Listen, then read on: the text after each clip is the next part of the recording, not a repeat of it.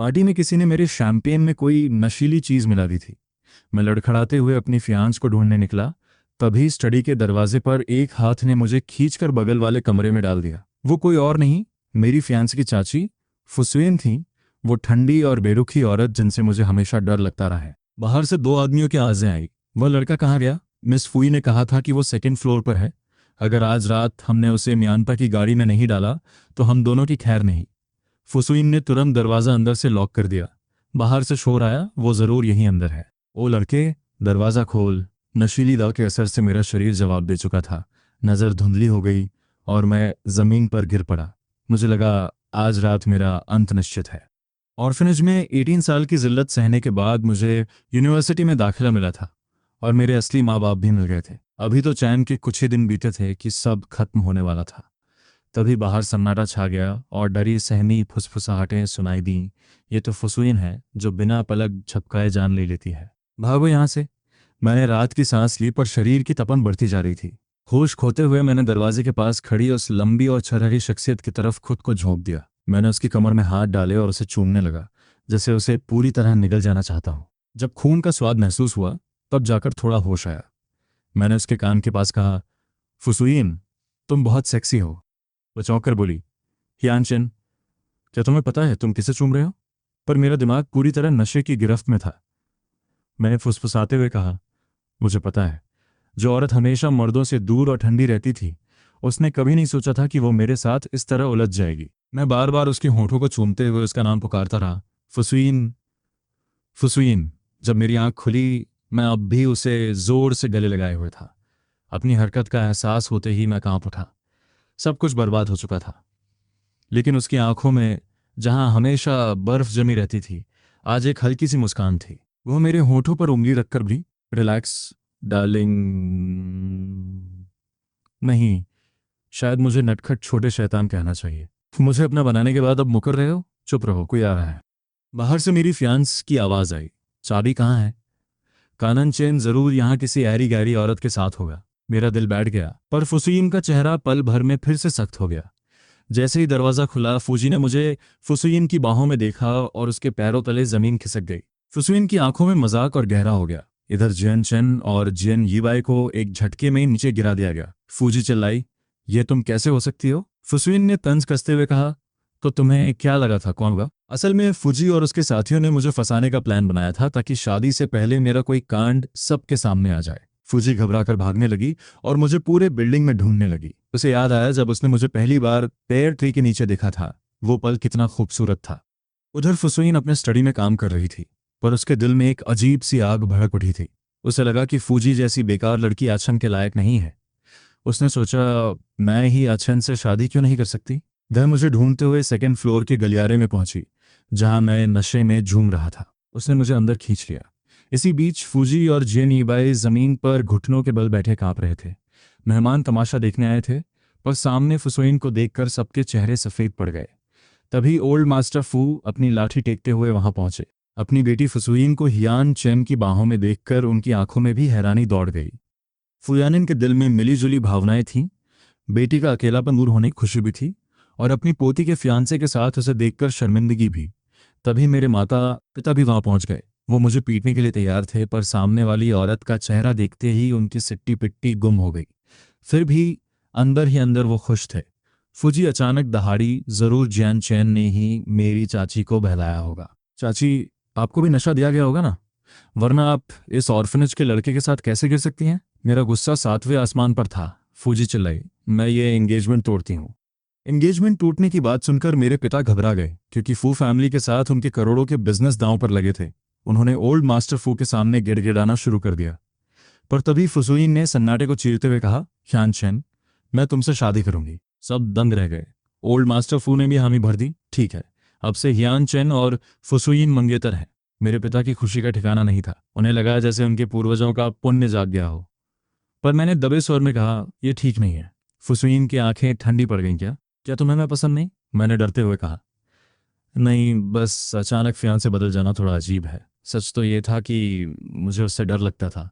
वह कानूनी और गैर कानूनी दोनों दुनिया की रानी थी और मैं बस एक सुकून भरी जिंदगी चाहता था। उसने मेरी कमर पर जोर से चिकोटी काटी और मुझे खींचते हुए लिफ्ट की तरफ ले गई। हम 12th फ्लोर पर पहुंचे, जो उसका निजी इलाका था। मेरी आवाज़ कांप रही थी, क्या तुम मुझे अकेला छोड़ सकती हो? यह सुनकर उसकी आंखों में नमी छा गई। उसने करीब आकर मेरे होठों को छुआ और कांपती आवाज़ में बोली, अचन, मैं सच में तुम्हें बहुत पसंद करती हूँ। मैं अपनी पूरी जिंदगी तुम्हारे साथ बिताना चाहती हूँ। मुझे यकीन नहीं हो रहा था कि कोई मुझसे ऐसी बात कह सकता है। मैंने हिम्मत जुटाकर उसके कंधे पर जोर से काट लिया। वह सिसक उठी, पर उसने मेरा हाथ नहीं छोड़ा। हम बड़ी सी खिड़की के सामने खड़े थे, जहां से पूरी दुनिया की रोशनी दिख रही थी। उसने बाहर की तरफ इशारा करते हुए धीमी आवाज में कहा, अचन, ये पूरी दुनिया तुम्हारी है। पर मुझे सुकून नहीं, सिर्फ एक गहरा डर महसूस हो रहा था। मुझे ऐसा महसूस हुआ जैसे मेरी लिमिट्स को बेरहमी से कुचला जा रहा है। मुझे अपनी जिंदगी में इस दखलंदाजी से नफरत थी। मैंने बहुत मेहनत से उस ऑर्फनेज से खुद को निकाला था। बड़ी जद्दोजहद के बाद कॉलेज में एडमिशन लिया, ताकि मेहनत और सुकून से एक नॉर्मल लाइफ जी सकूं। आखिर उसे क्या हक था कि वो मुझसे मेरा सब कुछ छीन ले? मैंने अपनी आंखें बंद की और मेरी आवाज़ पूरी तरह दृढ़ थी। मैं जियन फैमिली का बेटा होने का हक छोड़ सकता हूँ। फुसैन की साफ आंखें हैरानी से फटी की फटी रह गईं और उसके सीने में गुस्से की एक आग सी भड़क उठी।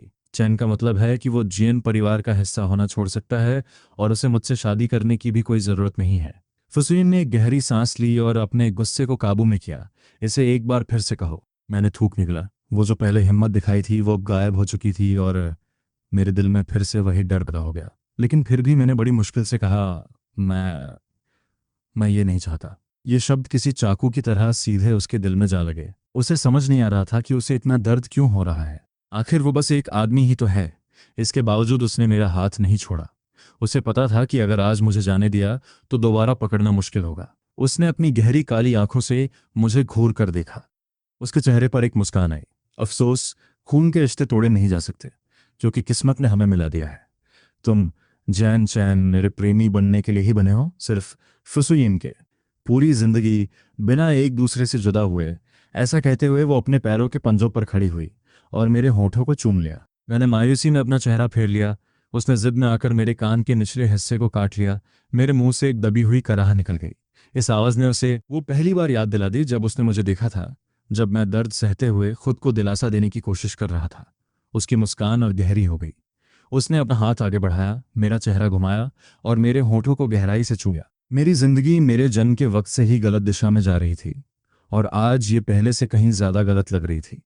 हालांकि ये मेरे लिए शर्मनाक था और मेरा दिल तड़प रहा था, लेकिन मेरे शरीर को इसमें प्लेजर महसूस हो रहा था। मैं जानता था कि मुझे कोई साइकोलॉजिकल प्रॉब्लम है, पर मैंने कभी नहीं सोचा था कि मुझे ज़बरदस्ती किया जाना पसंद आएगा। शायद बचपन में ऑर्फनेज में हुए उस बुरे बर्ताव ने ही मेरे अंदर इस तरह की अजीब साइकोलॉजी पैदा कर दी थी। उस वक्त मैं बिस्तर पर लेटा हुआ था और बाथरूम से फुसोइन की सुरीली आवाज़ आ रही थी। शावर के नीचे उसके शरीर का अंदाज़ा लगाकर ही मेरे गाल शर्म से लाल हो गए। मुझे लगा कि ये सही नहीं है, फिर भी मेरा मन उसे चाह रहा था। नहीं, वो फुसुइन है, वो फुसुइन जो लीगल और इल्लीगल दोनों दुनिया पर राज करती है। अगर मैं उससे जुड़ गया तो मेरी जिंदगी उथल पुथल से भर जाएगी। मैंने बहुत मुश्किल से एक शांत जिंदगी हासिल की थी। मैं नहीं चाहता था कि वो उसे बर्बाद करे। मैंने जमीन पर बिखरे कपड़े उठाए और जल्दी से पहन लिए। मैं नंगे पैर उस ठंडे मार्बल के फर्श पर चलते हुए एलिवेटर की तरफ बढ़ा। जैसे ही मैं बटन दबाया, पीछे से फुसुइन की कोमल आवाज सुनाई दी, इतनी एनर्जी के साथ कहाँ जा रहे हो? क्या तुम थके नहीं हो? एक पल में ही मेरे रोंगटे खड़े हो गए। मैं एलिवेटर के दरवाजे के सामने सुनने खड़ा रह गया। मेरी हिलने तक की हिम्मत नहीं हुई। पीछे से उसके कदमों की आवाज आई। वो धीरे धीरे करीब आई, पीछे से मेरी कमर में अपनी बाहें डाल दी और अपना सिर धीरे से मेरी पीठ पर टिका दिया। उसके बॉडी वॉश की हल्की खुशबू मेरी नाक तक पहुंची। उसकी महक बहुत अच्छी थी। मैं खुद को कांपने से नहीं रोक पाया। वो घूमी और मेरे सामने आकर मेरी आंखों में देखने लगी, जो अपनी भावनाओं को काबू करने की पूरी कोशिश कर रही थी। ये देखकर उसका मन मुझे चूमने का करने लगा। उसके लंबे बालों से पानी की बूंदें टपक रही थीं और मैं उसके उस बेहद खूबसूरत चेहरे को टकटकी लगाकर देख रहा था। मैंने अनजाने में ही अपनी लार निगली। मेरे दिमाग में फिर से वही पुरानी तस्वीरें घूमने लगीं। न चाहते हुए भी मेरे चेहरे पर एक अजीब सी लाली छा गई। उसने अपने होठों को सिकोड़ा और हल्की सी मुस्कान दी। उसने हाथ बढ़ाकर मेरा हाथ थाम लिया। अब तुम क्या करना चाहते हो? उसके होठों के कोने एक हल्की मुस्कान के साथ ऊपर उठे। तुम बताओ। ये कहते हुए उसने मेरा हाथ पकड़ा और मुझे बाथरूम में ले गई।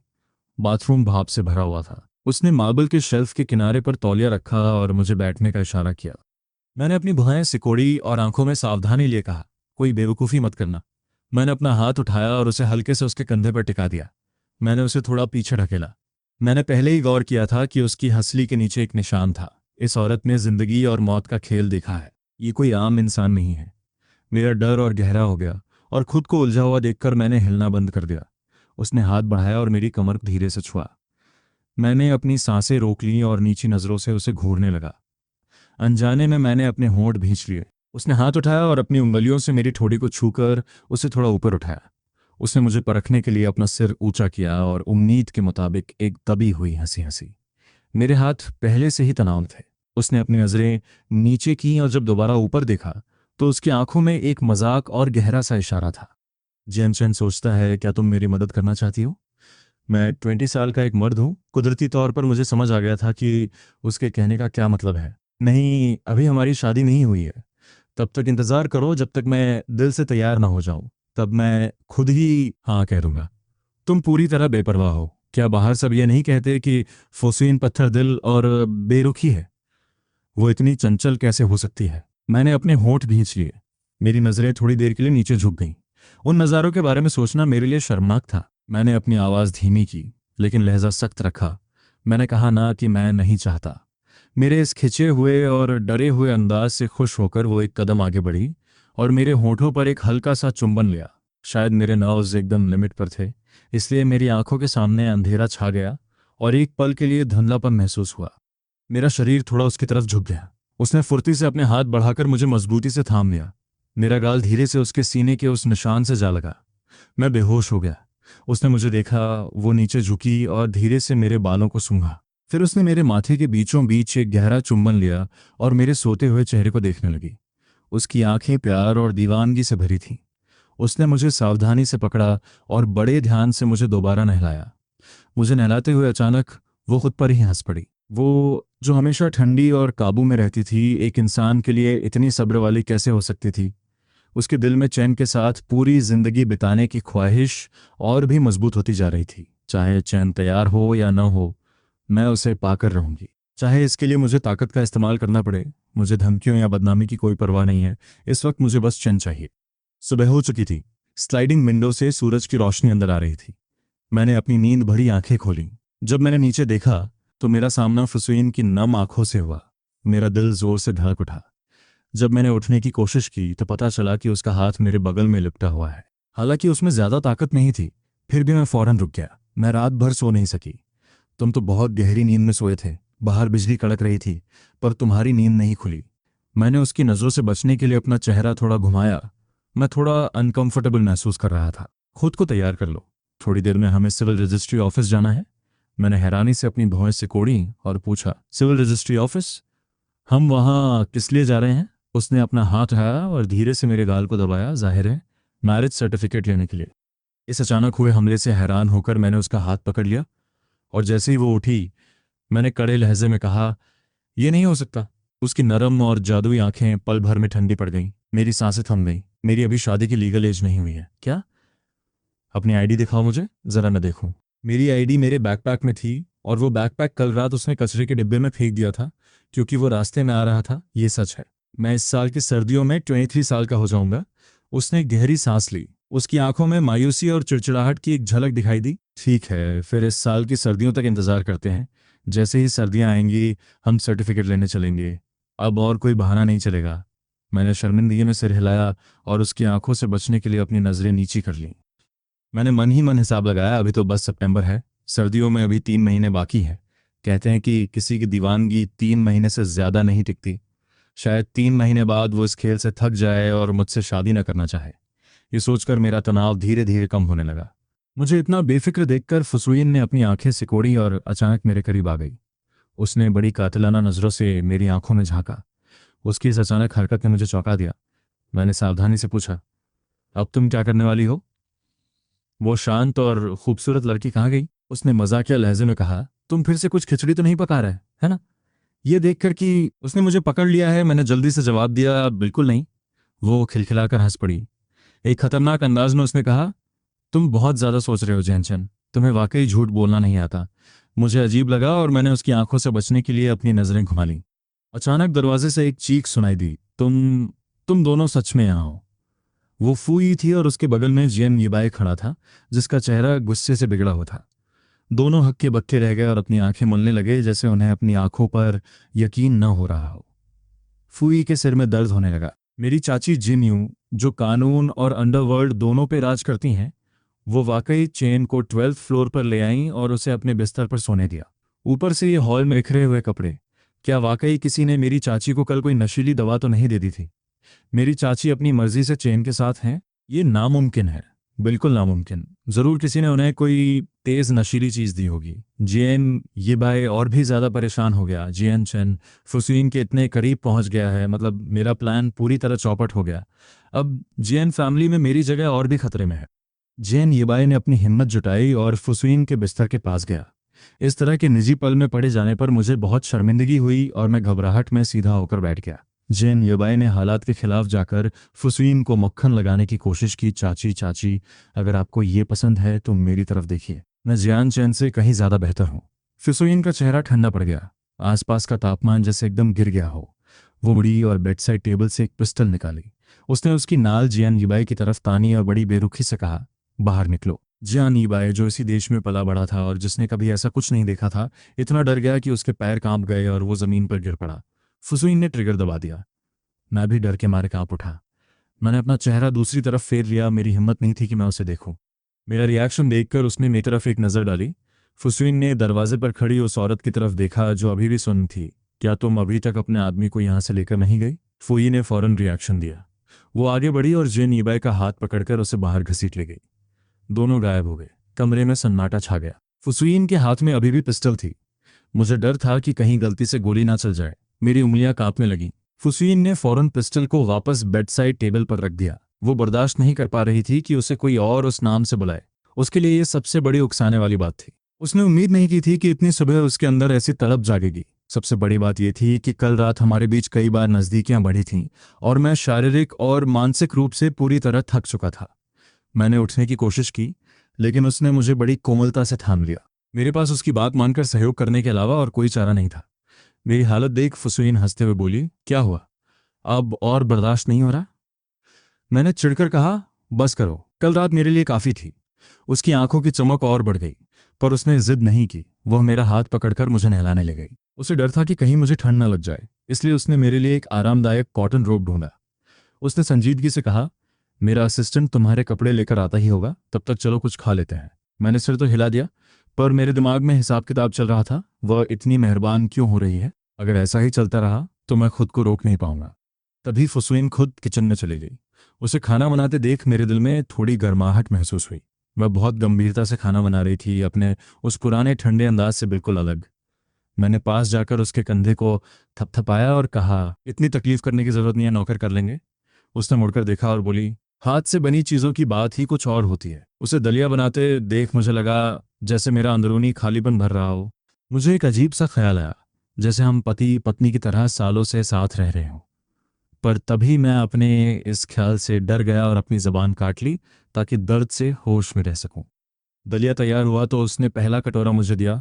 चलो जल्दी चखो, पहली बार किसी के लिए कुछ बनाया है। सफ़ेद दलिया देखकर मेरे चेहरे पर नापसंदगी उभर आई। मुझे चुप देखकर उसने कहा, इसे मैंने ठंडे पानी में रखा था, अब ये गर्म नहीं है। मैंने मुश्किल से चम्मच उठाया और जैसे ही चावल का स्वाद मुंह में गया मुझे उल्टी महसूस होने लगी।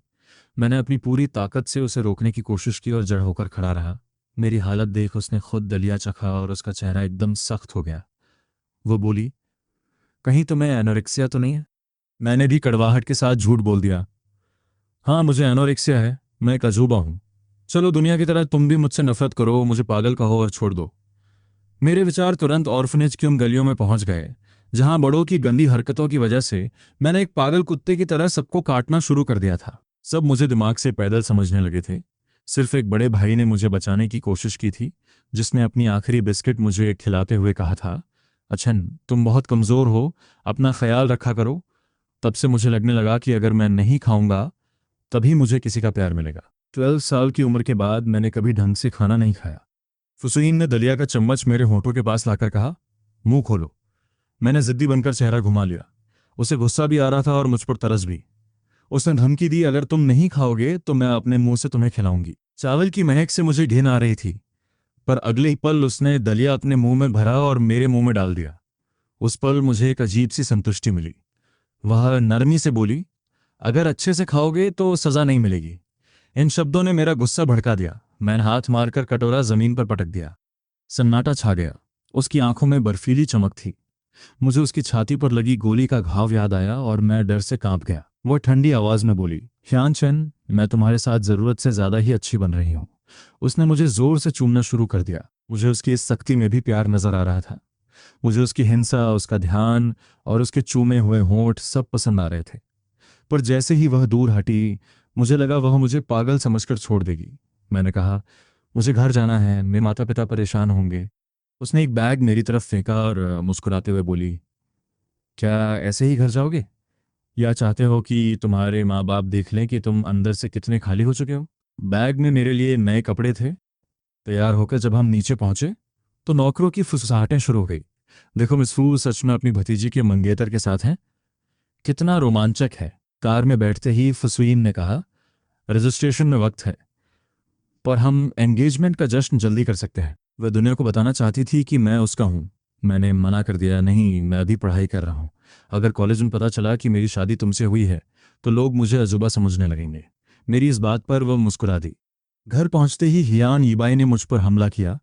अपनी मंगेतर की चाची के बिस्तर से सीधा यहां आ रहे हो? क्या फुसुइन ने तुम्हें इस्तेमाल करके फेंक दिया? मैंने उसे नजरअंदाज करना चाहा, पर उसने मेरा कॉलर पकड़ लिया। मैंने हाथ झटक दिया। तभी माता पिता नीचे आए। ईबाई ने तुरंत पासा पलटा, मम्मी देखो, ये मुझे छेड़ रहा है और नकली कह रहा है। माँ ने मुझे डांटा, ईबाई और फौजी की सगाई होने वाली है, अभी उससे माफ़ी मांगो। मैंने मना कर दिया तो पिता चिल्लाए, फुसैन से शादी क्या तय हुई, तुम तो बहुत घमंडी हो गए हो। ऑर्फनेज की परवरिश कभी नहीं जाएगी।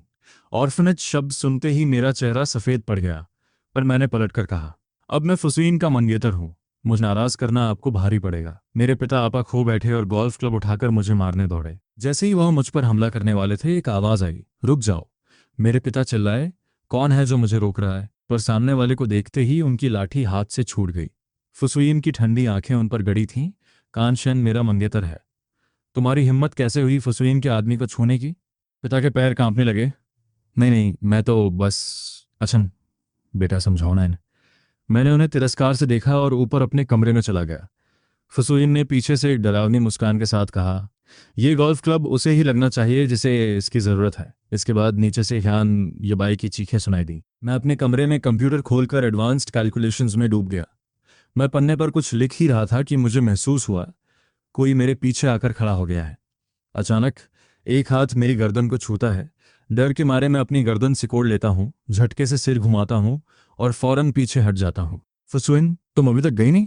वह औरत झटके से मेरा कंप्यूटर बंद कर देती है और मेरी तरफ एक उकसाने वाली मुस्कान देती है। मुझे तुम्हारी याद आ रही है। क्या तुम्हें मेरी याद नहीं आती? मेरी आंखें फौरन फैल जाती हैं और मैं अपने हाथ अपने सीने पर बांध लेता हूँ। वह मुस्कुराती नहीं है। मुझे इस हाल में देखकर वह अपने लाल होठों को सिकोड़ती है और अपना कोमल हाथ मेरी गर्दन पर फेरती है। सिहरन की एक लहर सीधे मेरे सिर तक पहुंचती है। मैं अपनी सूझबूझ से पीछे देखता हूँ, उस विंडो की तरफ जो डेस्क के सामने है। मेरा दिल जोर से धड़कने लगता है। सामने वाली खिड़की में एक परछाई हिल रही है। मैं घबराकर उसकी ओर देखता हूँ। मेरी आवाज़ थोड़ी दबी हुई निकलती है। सामने कोई है और वैसे भी मेरे पेरेंट्स नीचे हैं, लेकिन वो मेरे और करीब आ जाती है। उसकी गर्म सांसें मेरे चेहरे को छूती हैं, जिसमें एक हल्की सी नशीली महक है। हियान शन, कहो कि तुम मुझसे प्यार करते हो। मुझे गुस्सा मत दिलाओ, जल्दी कहो। मैं एक पल के लिए हिचकिचाता हूँ, फिर झुककर उसके कान के पास फुसफुसाता हूँ, आई लव यू। उसकी आंखें धुंधली होने लगती हैं। ए चेन, मेरा नाम लो। मेरा दिल बैठ जाता है। मैं कुछ नहीं कहता। मैं पूरी तरह खो चुका था। अगले ही पल वह अपना आप खो देती है। वह पूरी शिद्दत और चाहत के साथ मेरे होठों को चूमती है और धीमी आवाज में पूछती है, ए चेन, क्या तुम्हें अच्छा लग रहा है जो मैं कर रही हूँ? मुझे महसूस होता है कि मेरे कान जल रहे हैं।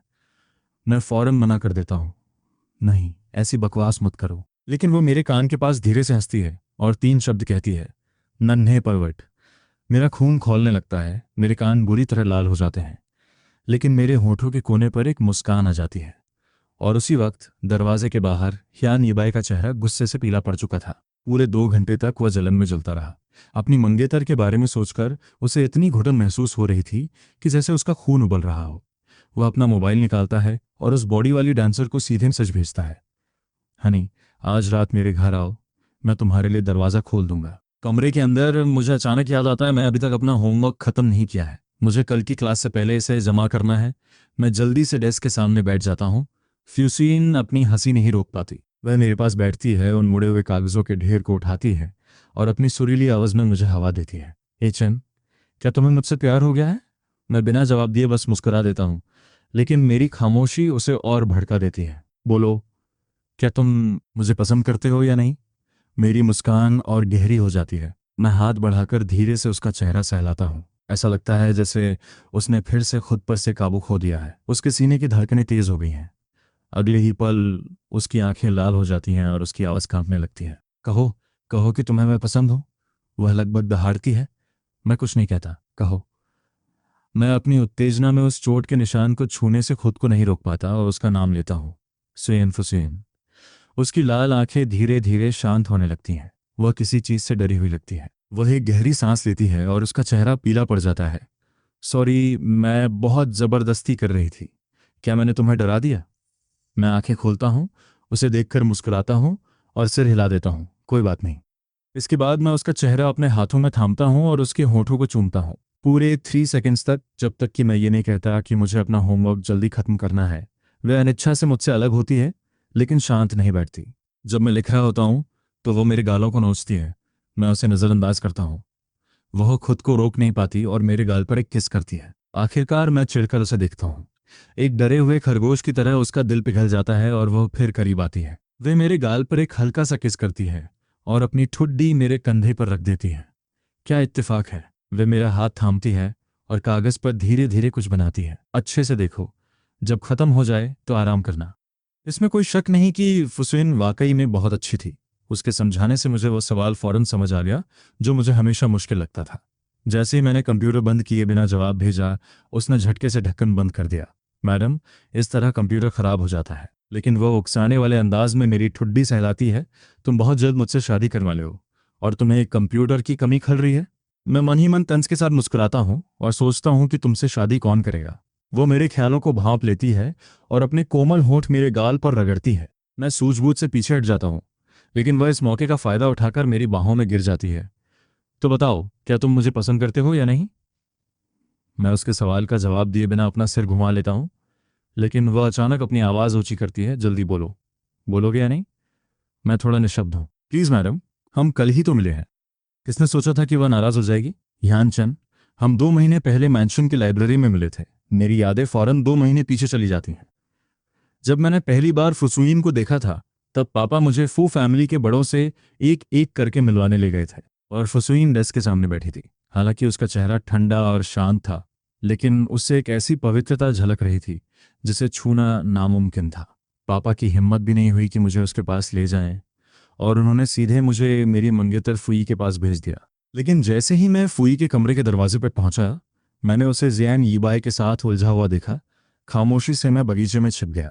मुझे लगा कि कोई बात नहीं, सुकून भरी जिंदगी के लिए मैं किसी से भी शादी कर सकता हूँ। अनाथालय से तो ये बेहतर ही है। मुझे चुनने का कोई हक नहीं था। लेकिन आधे घंटे बाद पापा का अचानक बड़े जोश में फ़ोन आया। पता चल कि फुसुइन ने अपना काम खत्म करने के बाद खिड़की के सामने खड़े होकर मुस्कुराया था। पापा को लगा कि यह जिंदगी में एक बार मिलने वाला मौका है और उन्होंने मुझे फौरन ऊपर जाने को कहा। मेरा दिल बैठ गया। मैं अभी अभी गिरा था और मेरी पैंट्स कीचड़ से भरी थी। मैंने सुना था कि उसने किसी को मार दिया है और वह हमेशा अपने साथ एक गन रखती है। वह मुझे एक ही गोली में उड़ा देगी। मैं रेंगते हुए स्टडी रूम के दरवाजे तक पहुंचा। पापा मुझे इतना डरपोक देखकर बुदबुदाए कि मैं किसी काम का नहीं हूं और उन्होंने मुझे फुसैन के सामने धक्का दे दिया। रोशनी के खिलाफ खड़ी वह बिल्कुल बेदाग दिख रही थी। मैंने अपना सिर झुका लिया, उसे देखने की हिम्मत नहीं हुई।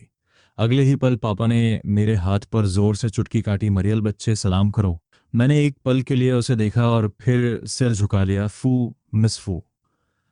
लेकिन उसने कोई जवाब नहीं दिया। एक मौत जैसी खामोशी ने मेरे रोंगटे खड़े कर दिए। मुझे पछतावा हुआ कि मैं यहाँ आने से पहले कपड़े नहीं बदल पाया।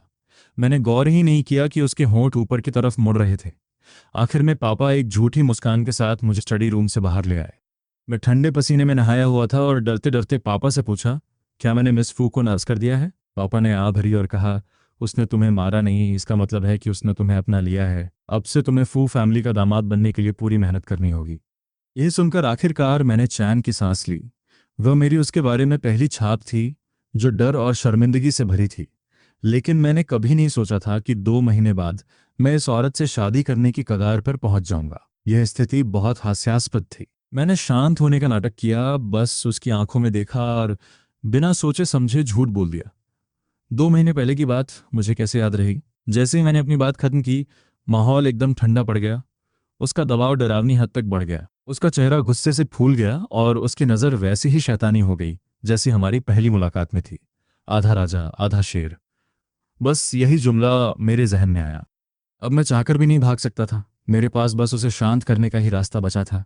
इंतजार करना था कि वो मुझसे बोर हो जाए। मैंने खुद को बेवकूफ़ होने के लिए कोसा। मैंने जानबूझकर उसके माथे पर एक किस किया। वो जानती थी कि मैं सिर्फ उसे बिना मन के खुश कर रहा हूँ, लेकिन फिर भी वो इसमें बह गई। तभी अपनी आंख के कोने से मैंने बगल वाले दरवाजे के पास एक आकृति देखी। मेरी आंखें झटके से फैल गईं। वह ह्यान ईबाई था। उसकी आंखें जलन और गुस्से से भरी थीं और वो हमें ही घूर रहा था। वो वहां कितनी देर से खड़ा था? मेरी सारी चापलूसी उसने देख ली थी। मेरा मन किया कि मैं अपना सिर फोड़ लूं, लेकिन अगले ही पल एक छरहरी औरत उसके पास आई और उसे खींचकर दरवाजे के पीछे ले गई। वो औरत फूई नहीं थी। अचानक बगल वाले कमरे से बर्दाश्त न होने वाली आवाजें आने लगीं। हमने एक दूसरे को देखा और हम दोनों एक साथ हंस पड़े। आधे घंटे बाद बगल वाले कमरे में खामोशी छा गई। मैं भी पूरी तरह थक चुका था। उसे अपने साथ इस तरह उलझा हुआ देखकर मुझे अंदर से एक अजीब सी संतुष्टि महसूस हुई। लेकिन अचानक मेरी नींद खुली। वह जल्द ही मुझसे ऊब जाएगी। मुझे उस प्रोसेस को तेज करना होगा। एक औरत को सबसे ज्यादा वह मर्द थकाता है जो उसकी जरूरत से ज्यादा चापलूसी करता है। इसलिए मैं अपनी पूरी ताकत लगाकर चिल्लाया, सुयिन, फुसुयिन, आई लव यू। उसका शरीर अचानक अकड़ गया। अगले ही पल उसने मेरी ओर देखा। उसकी आंखों में कोई जज्बात नहीं थे। सच में मैंने इस नाटक को अंत तक ले जाने का फैसला किया और सिर हिलाकर मुस्कुराया। वो पूरी तरह नरम पड़ गई और उसकी आवाज़ पहले से कहीं ज़्यादा ईमानदार थी। ये चैन, मैं भी तुमसे प्यार करती हूँ। मुझे धोखा मत देना और न ही मुझसे दूर जाना। हमेशा मेरे साथ रहो, ठीक है? मैंने टालते हुए जवाब दिया, यह सोचकर कि ये बस पल भर का एक जज्बाती उछाल है। इसलिए मैंने हाँ में हाँ मिलाते हुए सिर हिलाया। ठीक है, हमेशा के लिए मैं सिर्फ तुमसे प्यार करूंगा। वह मुझसे और सट गई। ऐसे ही, ठीक है। मैंने उसे गले लगाया और सो गया। अगली सुबह अलार्म बजा। मैं फौरन उठ गया। सुबह के 10 बजे मेरी क्लास है और मैं लेट नहीं हो सकता। फुसुइन अभी भी गहरी नींद में थी। उसका चेहरा, जो आमतौर पर ठंडा और दूर का लगता था, अब बहुत कोमल दिख रहा था। उसके होठों पर एक हल्की सी मुस्कान थी, इतनी प्यारी कि वो पहले वाली ठंडी इंसान नहीं लग रही थी। मैंने जल्दी से कपड़े बदले, अपना कैनवस बैग कंधे पर लटकाया और आखिरी बार उसे देखा। मेरे दिल में विदाई का एक हल्का सा एहसास हुआ, जिसे मैंने फौरन जबरदस्ती दबा दिया। वो मेरे साथ बहुत अच्छी थी, लेकिन मुझे अपने रास्ते पर चलना है और मैं किसी से बंधना नहीं चाहता। इसी बीच धूप और तेज होती गई और उसकी चमक ने फुसुयिन की आंखें धीरे धीरे खोल दी। उसने अपनी सूझबूझ से अपने पास हाथ बढ़ाया, लेकिन वहां कोई नहीं था। उसे अचानक अपने दिल में एक खालीपन महसूस हुआ। फिर एक न बयान होने वाली कमी की लहर उस पर हावी हो गई। इन सभी सालों में फुसुयिन ने हमेशा अपनी भावनाओं को छिपाने के लिए अपनी ठंडक का इस्तेमाल किया था, लेकिन हकीकत में उसे ही प्यार की सबसे ज्यादा जरूरत थी। कल रात के उन शब्दों ने, कि आई लव यू, उसे बदल दिया था। उसका दिल जो सालों से शांत था, पहली बार उसे लगा कि वह वाकई भरा हुआ है। वह उठी और बाथरूम में गई। वॉश बेसिन के पास नए टूथब्रशेस का एक सेट रखा था। उसकी नज़र एक हल्की गुलाबी रंग के टूथब्रश पर पड़ी जिस पर एक बनी बना था। उसकी आंखों में एक हल्की सी मुस्कान चमक उठी। वह जानती थी कि मैंने इसे खास तौर पर उसके लिए तैयार किया था। उसने ब्रश उठाया, उस पर टूथपेस्ट लगाया और फिर उसी बनी वाले ग्लास को उठाया, अपनी उंगलियों से उसके किनारे को धीरे से छुआ। उसकी धड़कनें बेवजह तेज हो गईं। उसने आंखें बंद की और उसके दिमाग में कल रात की तस्वीरें आने लगीं। उसका दिल थोड़ा घबराया, फिर शांत हुआ। उसने खुद को थोड़ा संवारा, टॉवल को धोया, उसे निचोड़ा और अपनी जगह पर टांग दिया। उसने धीरे से अपना सिर हिलाया और खुद पर तंज कसते हुए मुस्कुराई। मैं एक मर्द की वजह से खुद से कितनी अलग हो गई हूँ। तभी उसे अचानक याद आया कि कल वह ए चेन को रिंग दिलाने के लिए आई थी, लेकिन उसका सामना ह्यान के पिता से हो गया, जो गोल्फ क्लब हाथ में लिए उस पर हमला करने ही वाले थे। उस वक्त वह वाकई नाक बबूला हो गई थी, लेकिन यह सोचकर कि ए चेन एक अनाथालय में पला बढ़ा है और परिवार के प्यार के लिए तड़पता है, उसने अपने गुस्से को जबरदस्ती दबा लिया। कल रात जब उसने मुझे ये कहते सुना कि मैं वाकई उससे प्यार करता हूँ, अचानक उसके मन में मेरे साथ एक घर बसाने की ख्वाहिश जगी, एक ऐसा घर जो सिर्फ हमारा हो। फुसुइन ने अपना इरादा बदल दिया और तय किया कि वो कंपनी नहीं जाएगी। सबसे पहले वो मुझसे मिलना चाहती थी। रिंग खरीदकर उसे मेरी उंगली में पहनाना चाहती थी ताकि उसे सुकून मिल सके। लेकिन जैसे ही वो सीढ़ियां उतरकर नीचे आई, उसे मेरे माता-पिता मिले, जो वहां किसी पहरेदार की तरह खड़े थे। उनके चेहरों पर एक चापलूसी भरी मुस्कान थी और वो बड़े अदब से बोले, मिस फू, हमने आपके लिए नाश्ता तैयार किया है। फुसुइन को अंदर ही अंदर उनसे नफरत महसूस हो रही थी, लेकिन मेरे लिहाज में उसने एक सैंडविच उठा लिया और वहां से मुड़ गई। उसके पीछे मेरे माता पिता झुककर उसे सलाम कर रहे थे। मिस फू, आपका दिन शुभ हो, जब चाहें आपका स्वागत है। बाहर ड्राइवर एक नई गाड़ी के साथ खड़ा था, जिसका वेतन अब 3 गुना हो चुका था। ड्राइवर खुशी से फूला नहीं समा रहा था। बहुत बहुत शुक्रिया मिस फू। फुसुइन ने ड्राइवर को सीधे मेरे स्कूल चलने का हुक्म दिया। सुबह फिजिकल एजुकेशन की क्लास चल रही थी और मुझे बास्केटबॉल के बेसिक कोर्स में डाल दिया गया था। सितम तो ये कि प्रोफेसर ने जिद पकड़ ली कि मैं क्लास के ग्रुप परफॉर्मेंस के लिए एक जोड़ीदार बनूं। मेरी पार्टनर थी सेक्शन की सेक्रेटरी जू सैनसेन। उसे उछलकर ऊंचे प्लेटफॉर्म पर चढ़ने के लिए मेरे घुटने का सहारा लेना था और मुझे उसका हाथ पकड़कर उसे ऊपर चढ़ाना था। हम दोनों किसी रोबोट की तरह बिना किसी इमोशन के एक्टिंग कर रहे थे, जिसे देखकर प्रोफेसर भड़क गए। उन्होंने बीच में ही हमें रोक दिया और एक दूसरे के सामने खड़ा कर दिया। तुम दोनों एक दूसरे की आंखों में 3 मिनट तक देखो, पहले आपस में थोड़ी केमिस्ट्री तो बनाओ। यह सुनकर पूरी क्लास हंसने लगी। जैसे ही मैंने और जू सानसान ने एक दूसरे को देखा, हमारी भी हंसी छूट गई। प्रोफेसर गुस्से में लाल थे, लेकिन हम अपनी हंसी जितनी रोकने की कोशिश करते उतनी ही ज्यादा आती। लेकिन मुझे अंदाजा भी नहीं था कि परफॉर्मेंस बिल्डिंग के ठीक बाहर एक रोल्स रॉयस खामोशी से खड़ी थी। पीछे की सीट पर बैठी फुसुइन मुझे ही घूर रही थी। उसने देखा कि कैसे मैं उस लड़की को सहारा दे रहा हूं और हम साथ में हंस रहे हैं। उस पल वो गुस्से से कांप उठी। उसका चेहरा इतना ठंडा और सख्त लग रहा था जैसे उससे बर्फीला पानी टपकने लगेगा। मैं हंसी मजाक में डूबा ही था कि अचानक मुझे एक बर्फीली नजर का एहसास हुआ। मैंने झटके से उस तरफ सर उठाया। जैसे ही हमारी आंखें मिली, मेरे चेहरे की मुस्कान वहीं जम गई। फुसुइन वहां गाड़ी में मौजूद थी। अगले ही पल मैंने देखा कि उसने एक गन निकाली और उसका काला बैरल सीधे मेरे बगल में खड़ी जू सानसान की तरफ का। मेरा दिमाग सन रह गया। मैं फौरन जू सानसान के आगे खड़ा हो गया और फुसुइन को चेतावनी भरी नजरों से देखा, लेकिन उसने सिर्फ एक कड़वी मुस्कान दी। वो इस बात से नाराज थी कि मैं किसी और औरत को बचा रहा हूं। मैं भागकर गाड़ी की तरफ गया, दरवाजा खोला और अंदर बैठ गया। गन अभी भी बाहर की तरफ तनी हुई थी। कांपती आवाज में मैंने कहा, फुसुइन, हथियार नीचे करो। उसने कोई जवाब नहीं दिया, बस मुझे घूरती हुई। मेरे हाथ बुरी तरह कांप रहे थे। मैंने बहुत सावधानी से अपना हाथ उसकी कलाई पर रखा और हथियार नीचे करने की कोशिश की। मैंने गिड़गिड़ाते हुए कहा, सुबह सुबह सबसे जरूरी काम, वाइफ। लेकिन उसने धीरे से उस गन की नली को मेरी ठुड्डी के नीचे टिका दिया। उसकी आवाज बिल्कुल सर्द थी। मुझसे वाइफ कहने की हिम्मत अब भी बची है तुम में? वो ठंडी धातु मेरी खाल को छू रही थी। मैं इतना डर गया कि मेरी सांसें लड़खड़ाने लगीं। फुसुइन, मुझसे गलती हो गई, सच में मुझे माफ कर दो। पहले शांत हो जाओ। भगवान ही जानता है कि मेरी गलती क्या थी, लेकिन उस वक्त उसे शांत करना जरूरी था। पर यह किसे पता था कि वो और भी भड़क जाएगी? मेरा मंगेतर किसी दूसरी औरत के इतने करीब, तुम चाहते हो कि मैं शांत रहूं?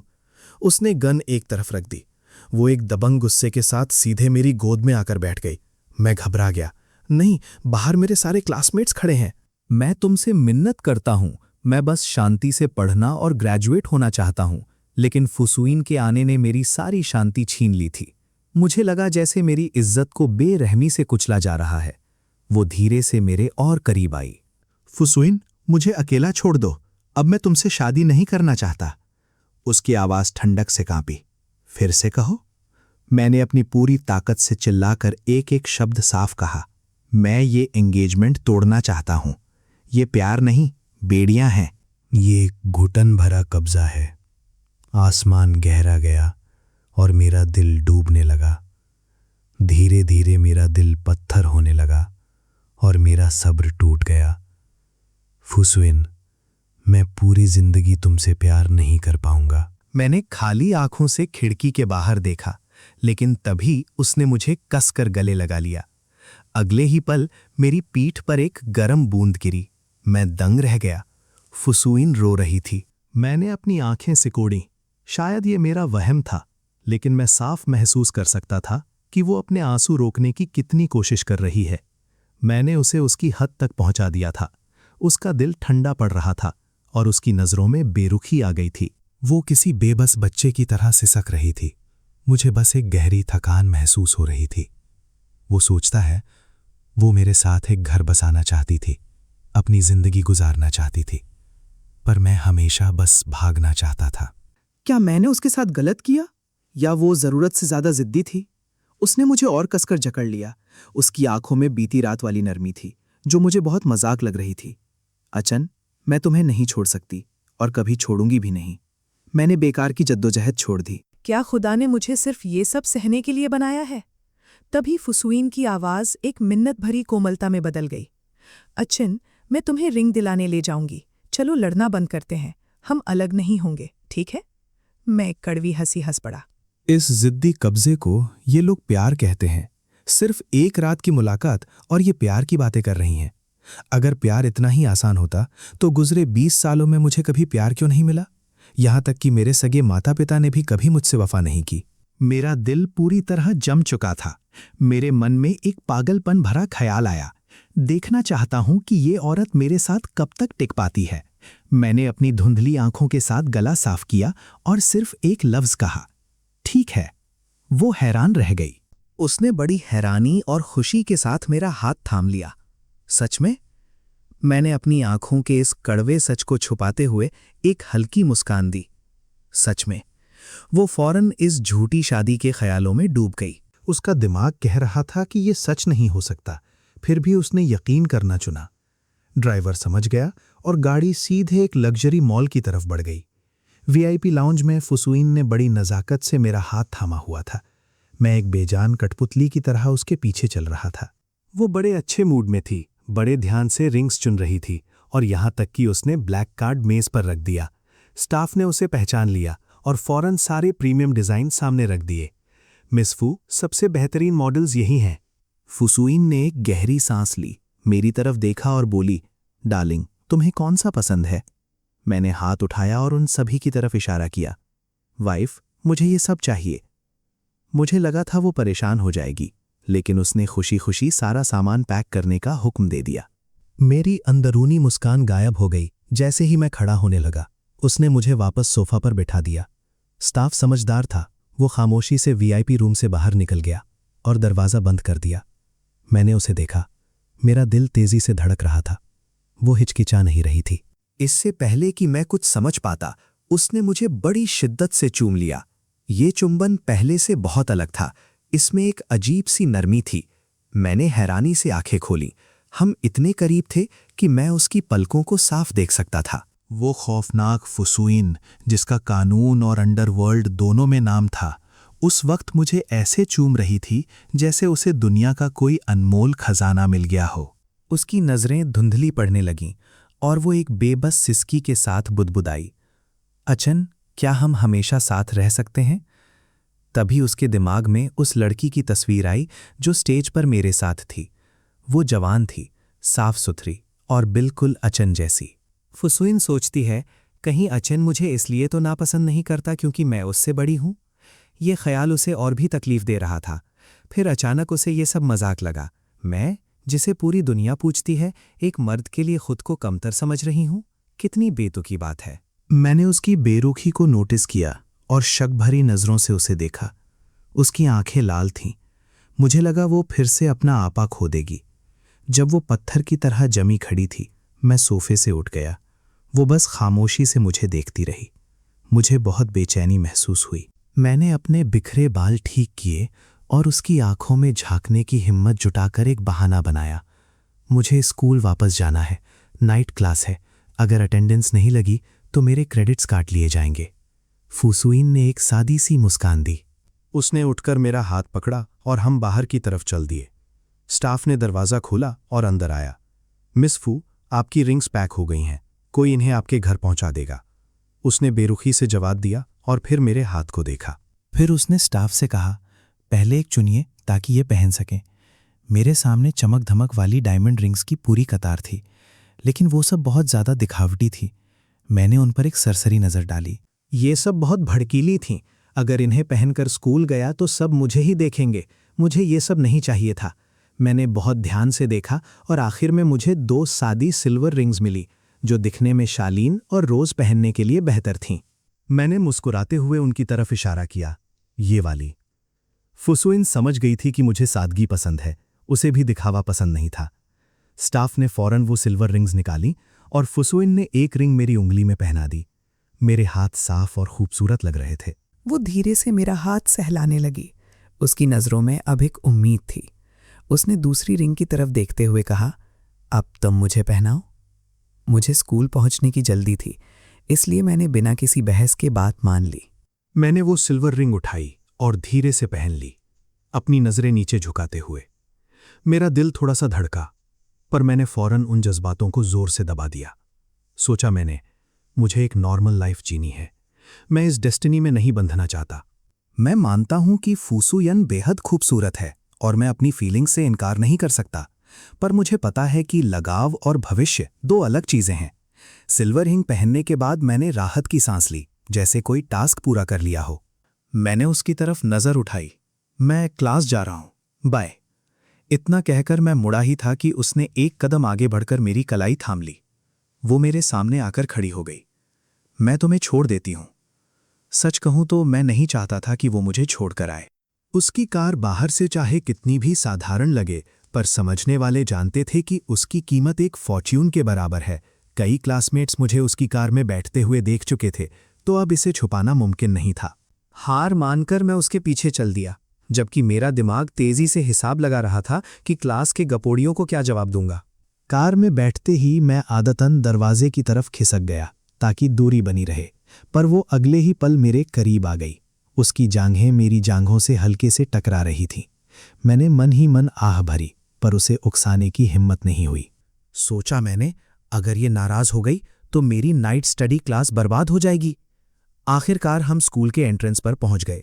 मैं उतरने के लिए बेताब था, पर उसने फिर मेरा हाथ पकड़ लिया। स्कूल में मुझे याद रखना, दूसरी लड़कियों के ज्यादा करीब मत जाना। मुझे जलन होगी। मेरा दिल एक पल के लिए धक से रह गया और मैंने मन ही मन त्योरियां चढ़ा लीं। कितनी भारी आवाज थी उसकी, पर मैंने आज्ञाकारी बनकर सिर हिला दिया और ये देखकर उसने मेरा हाथ छोड़ दिया। मुझे बस बेचैनी महसूस हो रही थी। सोचा मैंने, ये औरत कितनी अच्छी एक्टिंग करती है। मैंने एक झूठी मुस्कान दी। ठीक है, मैं नाइट क्लास के लिए जा रहा हूं, जाओ। उसने एक बेरूफी भरे अंदाज में जवाब दिया। उसकी आंखों में एक अजीब सी तड़प थी। मैं जल्दी से कार से उतरा और बिना पीछे देखे क्लास की तरफ भाग गया।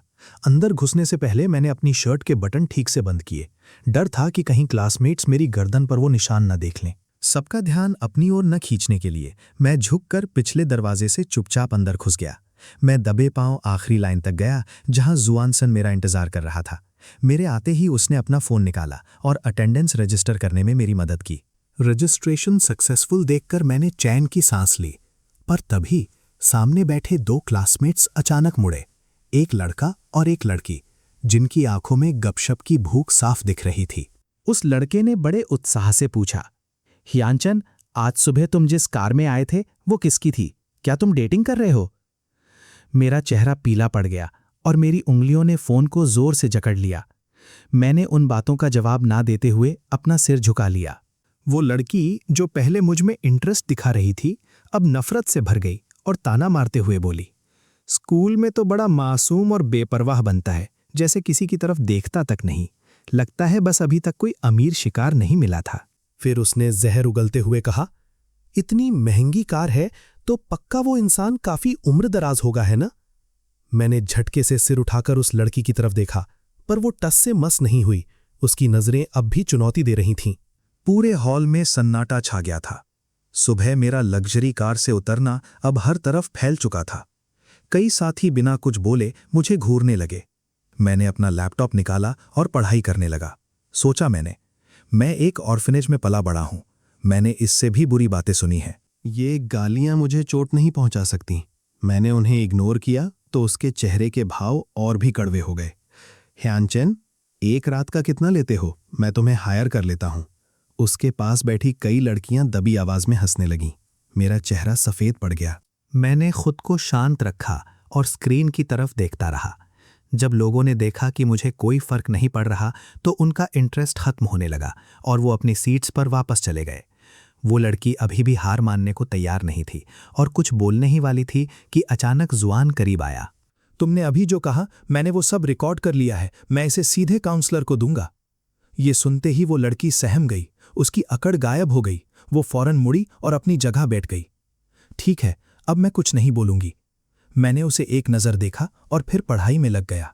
जुआन मेरे पास बैठा और धीमी आवाज में मुझे दिलासा दिया, ये लोग बस बोर हो रहे हैं, इनकी बातों को दिल पर मत लो।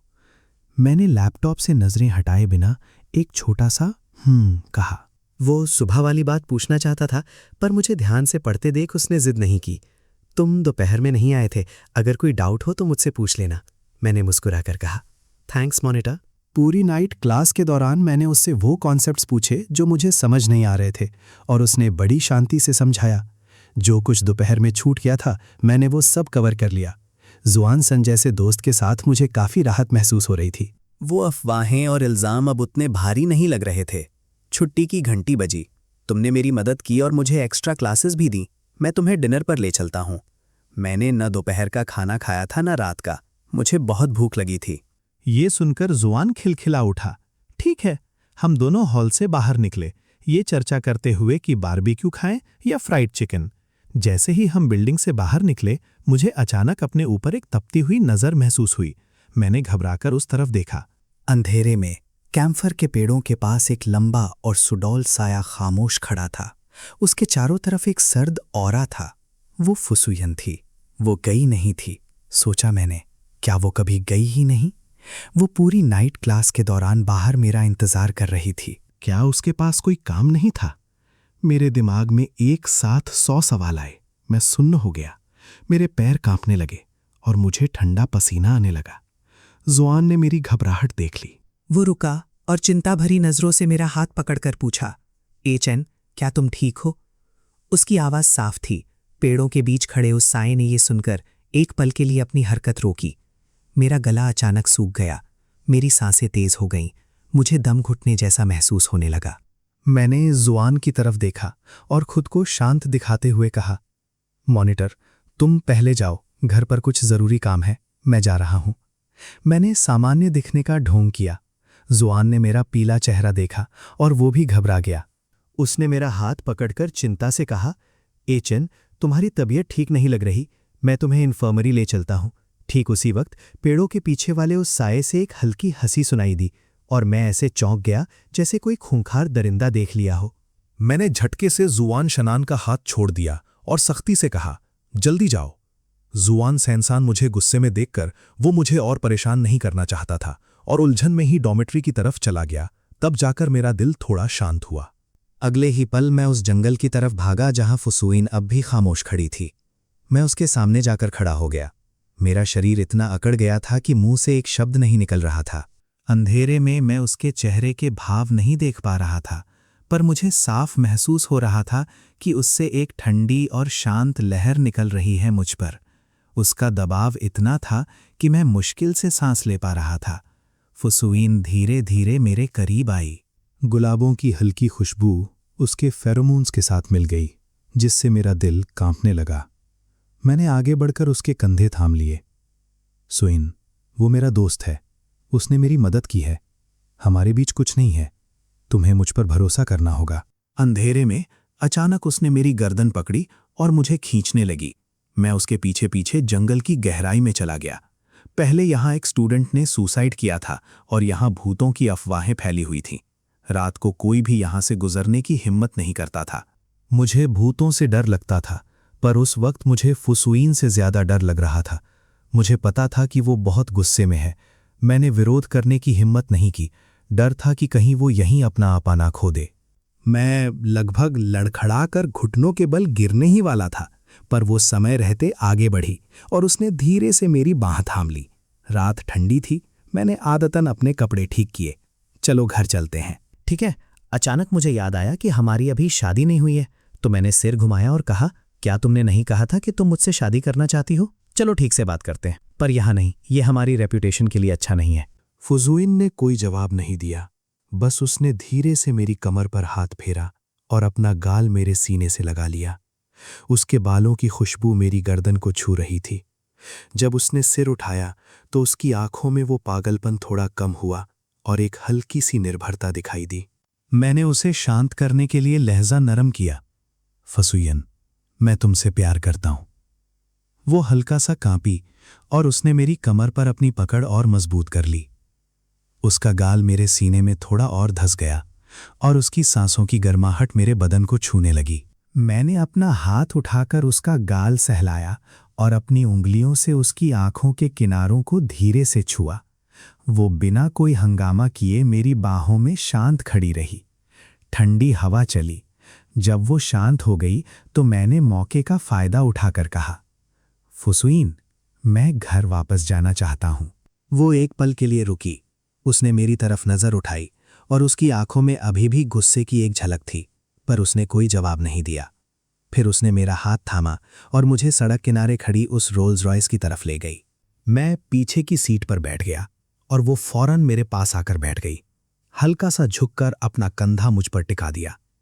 कार बड़ी ही नज़ाकत से फू मैंशन के अंदर दाखिल हुई और मेन बिल्डिंग के सामने जाकर रुक गई। उसने मेरा हाथ पकड़ा और हम नीचे उतर गए। फुसीन का ऑरा अब काफी नरम पड़ चुका था। लिफ्ट धीरे धीरे ऊपर जा रही थी और मैं खामोशी से फ्लोर नंबर्स देख रहा था।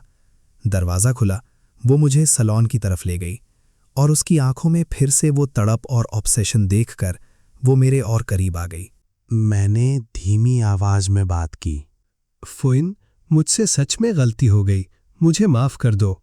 लेकिन फुसूइन अपनी उंगलियां धीरे से मेरी कमर पर फिराता है और अपनी गहरी नशीली आवाज में कहता है, तुमसे क्या गलती हुई? मुझे दूसरी लड़की के इतने करीब नहीं जाना चाहिए था, लेकिन वो सिर्फ एक मामूली दोस्त है। भावनाओं का एक दम घोंटू एहसास मुझ पर हावी हो जाता है, पर मेरे अंदर एक अजीब सी बेचैनी पैदा होने लगती है। मुझे इस गड़बड़ का एहसास होता है। मैं अपने दिमाग पर जोर डालता हूं और अपनी जीभ को जोर से काट लेता हूं। उस तेज दर्द से मेरी चेतना तुरंत लौट आती है। फुसूयन मुझे प्यार से देख रही है, लेकिन उसकी नजरें मेरी रुकी हुई आंखों और खून से सने होठों से टकराती हैं। उसे देखते ही वो दहशत और उलझन में सुन रह जाती है। वो अब अपनी रोज वाली शांति नहीं बनाए रख सकती। मुंह खोलो। ये खून कैसे निकल रहा है? मुझसे गलती हो गई, मुझे डराओ मत। मैं अपने अंदर चल रहे उथल पुथल भरे विचारों को दबाने के लिए दांत भींचता हूं और उसकी आंखों में किसी बनावट को ढूंढने की कोशिश करता हूं, लेकिन वहां सिर्फ सच्ची फिक्र दिखती है। मैं उसके इस प्यार को इतनी आसानी से स्वीकार नहीं करना चाहता, इसलिए बस अपने होंठ दबा लेता हूँ। फुसूइन के सीने में एक घुटन सी महसूस होती है। उसके पास और कोई रास्ता नहीं है। वो अपनी उंगलियों के पोरों को मेरे होठों और दांतों पर धीरे से दबाती है। मैं अनजाने में उसे काट लेता हूं, लेकिन वो पीछे नहीं हटती, बस मेरी जीभ को ध्यान से देखती है। शुक्र है, ये बस एक छोटा सा जख्म था। मेरे होठों पर खून का निशान देखकर उसके दिल में गहरा दुख और ममता जाग उठती है। उसकी उंगलियां धीरे से मेरे गाल को छूती हैं। मुझे इतना सख्त नहीं होना चाहिए था, लेकिन आज दोपहर का वो नज़ारा याद करके, जब आचेन और वो औरत साथ साथ बातें कर रहे थे, मैं खुद पर काबू नहीं रख पाया। साथ साथ बातें करने के उस सीन को सोचकर मेरा कंट्रोल खो जाता है। मेरे पिता कहते हैं कि प्यार सहनशीलता है, संयम है, सम्मानजनक माफी है, लेकिन अब मैं पूरी तरह समझ चुका हूं। वो सोचता है कि असली प्यार कभी भी ठंडा और संतुलित नहीं हो सकता। प्यार तो असल में बहुत संकीर्ण होता है। ये इंसान को बेकाबू और पागल बना देता है। इसमें एक मालिकाना हक वाला स्वार्थ पैदा हो जाता है। काफी देर बीत जाती है। वो धीरे से मेरा हाथ छोड़ता है, मुड़ता है और बाथरूम की तरफ चला जाता है। शावर का ठंडा पानी गिरने लगता है। वो बड़ी मुश्किल से अपनी भड़की हुई भावनाओं को शांत कर पाता है। मैं सीधा होकर सोफा पर खाली नजरों से बैठ जाता हूं। इस तरह सब कुछ शांति से खत्म होता है। बाथरूम में पानी गिरने की आवाज बंद नहीं होती। वो काफी देर तक अंदर रहता है। भूख की वजह से मुझे मरोड़ उठ रहे हैं। मैंने सोचा था कि रात को अच्छे से डिनर करके थोड़ा आराम करूंगा, लेकिन जब से फुसूयुन से मिला हूं, मेरा दिल शांत नहीं हो पाता। मैं किचन में जाता हूं। ताज़ा सामान से भरे रेफ्रिजरेटर को खोलता हूं। वेजिटेबल ड्रॉर से एक छोटी कैबेज निकालता हूँ, उसके टुकड़े करता हूँ और उसे पॉट में डाल देता हूँ। उन्हें पकाने के बाद मैं बोल्स और चॉपस्टिक्स निकालता हूँ, पॉट लेकर झुककर खाने लगता हूँ। मुझे बहुत भूख लगी थी। मैं खाने के एहसास में इतना खोया था कि मुझे पता ही नहीं चला कि कोई मेरे पीछे खड़ा है। तुम बस यही खा रहे हो? मैं डर जाता हूँ और बोल्स और चॉपस्टिक शोर के साथ जमीन पर गिर जाते हैं। सफेद पोर्सिलीन के टुकड़े चारों तरफ बिखर जाते हैं। एक टुकड़ा मेरे टखने को छूकर निकल जाता है और खून की छोटी सी बूंदें धीरे धीरे निकलने लगती हैं। फुसूइन की आंखों में तुरंत फिक्र भर जाती है। वो फौरन कहता है, हिलना मत, टुकड़ों से बचकर रहो, मैं इसे साफ करता हूं। वो धीरे धीरे पास आता है। जमीन पर गिरे पोर्सिलिन के टुकड़ों से बचते हुए वो मेरे पास पहुंचता है। दरअसल मैंने पूरे दिन से कुछ नहीं खाया था। मैं अपने लिए कुछ खाने को बनाना चाहता था। वो मेरे सामने खड़ा है। उसकी आंखों में चिंता और दबे हुए गुस्से का मिला जुला भाव है। उसकी नज़र धीरे से मेरे टखने के छोटे जख्म पर जाती है। चोट गहरी नहीं है, लेकिन खून अब भी धीरे धीरे निकल रहा है। वो मुड़ता है, फर्स्ट एड किट उठाता है, वापस मेरे पास आकर बैठ जाता है। वो धीरे से हाथ बढ़ाकर मेरा जख्मी पैर आगे करने को कहता है और पूरी एकाग्रता से मेरा जख्म साफ करता है। अभी अभी नहा कर आने की वजह से उससे सोप की हल्की खुशबू आ रही है। हमारी नज़रें इत्तेफाक से मिल जाती हैं। माहौल में एक अजीब सी कशमकश भर जाती है। बार बार डिसइंफेक्ट करने के बाद खून निकलना बंद हो जाता है। वो सावधानी से मुझ पर एक क्यूरीटा लगाता है, फिर अपने हाथ हटा लेता है। वो उठता है और ओपन किचन की तरफ चला जाता है। मैं सोफा पर खामोश बैठा रहता हूं। मेरे दिल में एक हल्की सी मायूसी दौड़ जाती है। मैंने सोचा था कि नहाने के बाद वो कुछ और करेगा। फिर वो सीधा किचन में जाता है। वो ताज़ा मिंस्ड मीट और कटी हुई ग्रीन पेपर्स निकालता है जो आंट ने पहले से तैयार रखी थीं। वो आग जलाता है और तेल डालता है। मीट की खुशबू तुरंत फैल जाती है, जिससे किसी की भी भूख जाग जाए। मैं चुपचाप उसे चूल्हे के पास शांत खड़े देखता हूं और मेरे दिल की गहराइयों में एक गर्माहट का एहसास होने लगता है। वो चॉपस्टिक्स लेता है और गर्मा गर्म नूडल्स का एक बोल पकड़ता है। अभी मेरा खाने का मन नहीं है, वो एक सख्त और अटल लहजे में कहता है। थोड़ा तो खा लो। वो मेरे पास बैठता है, नूडल्स का एक निवाला उठाता है और मेरे होठों के पास लाता है। पिछले कुछ दिन भावनाओं के भंवर जैसे थे। मैंने उस दौरान ठीक से कुछ नहीं खाया था, लेकिन एक पल के लिए मैं अपना मुंह खोलता हूं और उसे धीरे से निगल लेता हूं। उसकी शांत नज़रों के सामने वो धैर्य के साथ मेरा साथ देता है और मुझे एक एक निवाला धीरे धीरे खिलाता है। माहौल बहुत खामोश और अजीब है और बिना सोचे समझे मैं पूरा नूडल्स का बाउल खत्म कर देता हूं। मुझे पेट भरकर खाना खाते देखकर उसकी आंखों में एक सुकून की झलक दिखती है। पेट भरने के बाद मेरा पूरा शरीर अकड़ जाता है और बिना किसी वजह के मुझे चिड़चिड़ापन महसूस होने लगता है। रात और गहरी होती जा रही है। मेरी नज़र अनजाने में उस पर पड़ती है। मुझे करीब आता देखकर वो अचानक अपनी नज़रें उठाता है। हमारी आंखें तुरंत एक दूसरे से टकराती हैं। उसकी चमकती आंखें थोड़ी सिकुड़ जाती हैं। उसकी नज़र में एक तरह की उत्सुकता है। काफी देर हो गई है, कल मेरी क्लास है, मैं पहले घर जा रहा हूं। वो मुझे गौर से देखता है। मैं तुम्हें फ्लोर 12 पर लेकर आया हूं। मेरा तुम्हें जाने देने का कोई इरादा नहीं है। मेरी आंखों में थोड़ी उलझन पैदा होती है और दिल में डर की एक लहर दौड़ जाती है। वो डर मेरे अंदर रेंगने लगता है। इसका क्या मतलब? अब से तुम यहीं रहोगे? नहीं, ये नहीं हो सकता। मैं जल्दी जल्दी अपना सिर ना में हिलाता हूं। मुझे इतना मना करते देखकर उसका दबा हुआ गुस्सा फिर से उभर आता है। वो मुझे बिना पलक झपकाए देखता है और मैं बेबसी में एक ठंडी आह भरता हूं। वो अपना सिर उठाता है और मुझे देखता है। मेरा दिल बैठ जाता है। मैं लाचारी भरे लहजे में उसे देखता हूं। ऐसे मत बनो। मेरा ये रूखा और बेपरवाह रवैया देखकर उसके दिमाग में तुरंत शाम का वो नज़ारा घूमने लगता है। अचन और जोवन साथ साथ हंसकर बातें कर रहे थे। वो कितनी सहजता और स्वाभाविकता से डिनर की बात कर रहे थे। मेरे साथ सिर्फ इनकार और ठंडापन ही क्यों है? जल्दी करो। अपने जज्बातों के दबाव में वो झुकता है और उस औरत के कोमल चेहरे पर धीरे से चूमता है। वो पूरी तरह अपना आपा खो चुका है। हालांकि मैं अनगिनत बार समझा चुका हूं कि जुआनसन और मैं सिर्फ मामूली दोस्त हैं। हमारा कोई और रिश्ता नहीं है। लेकिन फुसुइन ने कभी मेरा यकीन नहीं करना चाहा। अब और सफाई देने की हिम्मत नहीं बची है। मैं बस इस तनावपूर्ण टकराव को झेल सकता हूं। एक सुबह बाथरूम में जाते समय मुझे सीने में एक घुटन महसूस होती है। मैं पूरी तरह थक चुका हूं। मैं अपने दिल की चिड़चिड़ाहट और इच्छा को दूर करने के लिए बार बार खुद को संभालने की कोशिश करता हूं। उसी पल फुसुइन धीरे धीरे मेरी तरफ आती है और दरवाजे पर खड़ी हो जाती है। उसका जुनून और मालिकाना हक अभी भी खत्म नहीं हुआ है। शक, जलन और असुरक्षा के दिन उसे शांत नहीं होने देते। शीशे में उसका अक्स देखकर मैं बेबसी से भर जाता हूं। साफ है कि इस झगड़े ने हम दोनों को खोखला कर दिया है, लेकिन वो हमें इस जाल में फंसाए रखने पर जोर देती है। भावनाओं के इस लंबे खिंचाव ने मेरी सारी ताकत सोख ली है। उसने गहरी सांस ली और मैं वापस बिस्तर पर लेट गया। आखिरकार मुझे गहरी नींद आ जाती है। जब आंख खुलती है तो रात हो चुकी होती है। तेज भूख मुझे घेर लेती है। मैं धीरे से उसका हाथ हटाता हूं, उठता हूं और ड्रेसिंग रूम में जाता हूं। मेरी नज़र अलमारी पर पड़ती है। सलीके से सजे औरतों के कपड़ों के साथ वहां आधे हिस्से में बिल्कुल नए मर्दों के कपड़े भी रखे हैं, जिनका साइज और कट एकदम परफेक्ट है।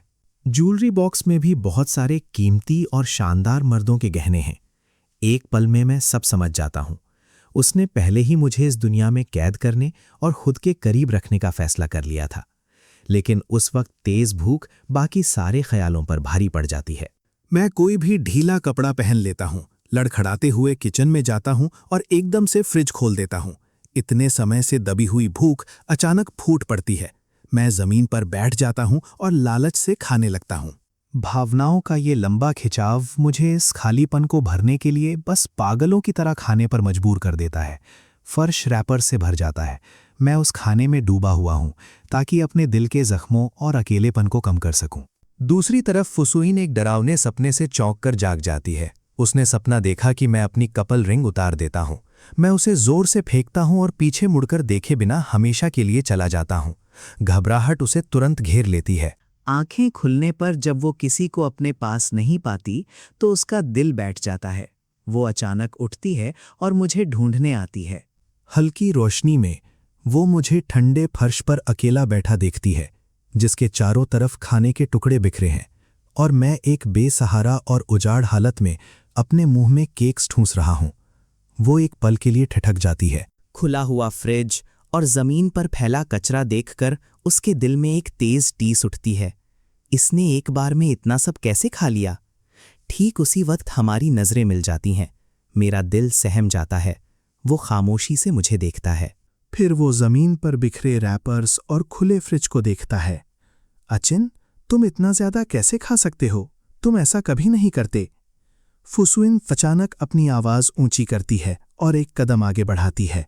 तुम कैसे कह सकते हो कि इसका कोई लेना देना नहीं है? अगर तुम एक बार में इतना खाओगे तो तकलीफ मुझे भी होगी। मैं उसकी बातों पर ध्यान नहीं देता।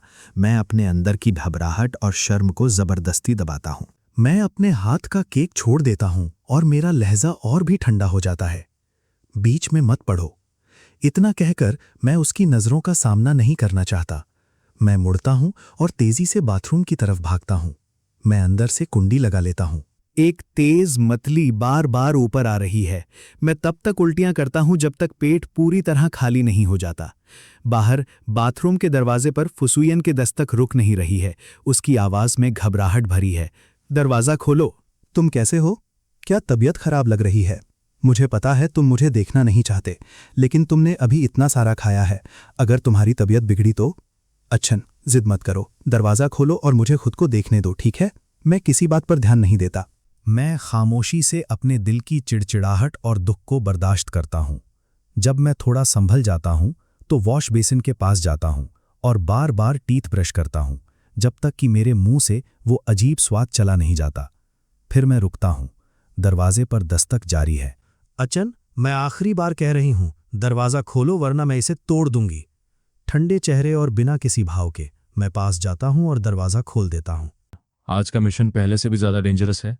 इस वीडियो पर हमें चाहिए पूरे 10 के लाइक्स। अगर आपको ये स्टोरी सच में एंटरटेन कर रही है, अगर हर एपिसोड के बाद आपका हाइप नेक्स्ट लेवल पे चला जाता है, तो अभी लाइक बटन पे अटैक करो और इस टारगेट को पूरा करके दिखाओ। आपका हर एक लाइक इस सीरीज की ताकत बढ़ाता है और बताता है कि आप इस जर्नी के रियल सपोर्टर हो।